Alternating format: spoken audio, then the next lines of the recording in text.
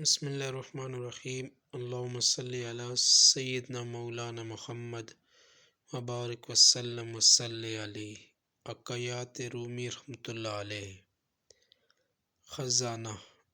ایک کسان کی یہ تمنا تھی کہ جس طرح وہ محنت سے کام کرتا ہے اس کے بیٹے بھی کریں، جبکہ اس کے بیٹے کچھ قائل تھے، محنت سے جی چراتے تھے۔ اچانک کسان بیمار ہوا، علاج کیا مگر کوئی دوا کارگر نہ ہوئی۔ کسان مرنے لگا تو اس نے اپنے بیٹوں کو بلایا اور کہا، دیکھو میں تمہیں ایک خزانے کی خبر دیتا ہوں، اور وہ خزانہ میرے کھیت میں گڑا ہے۔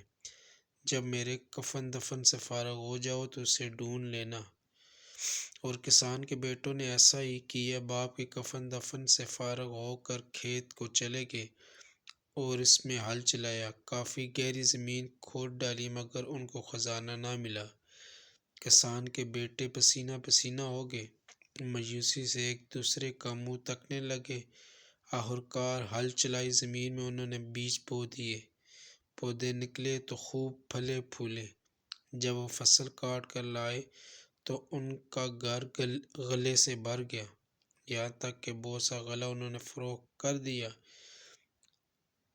پھر بھی ختم ہونے میں نہ آیا تو خوش ہو کر بولے، اصلی خزانہ تو یہی ہے، اگر ہم یوں ہی محنت کریں تو یہ خزانہ ہمیں ہمیشہ ملتا رہے گا۔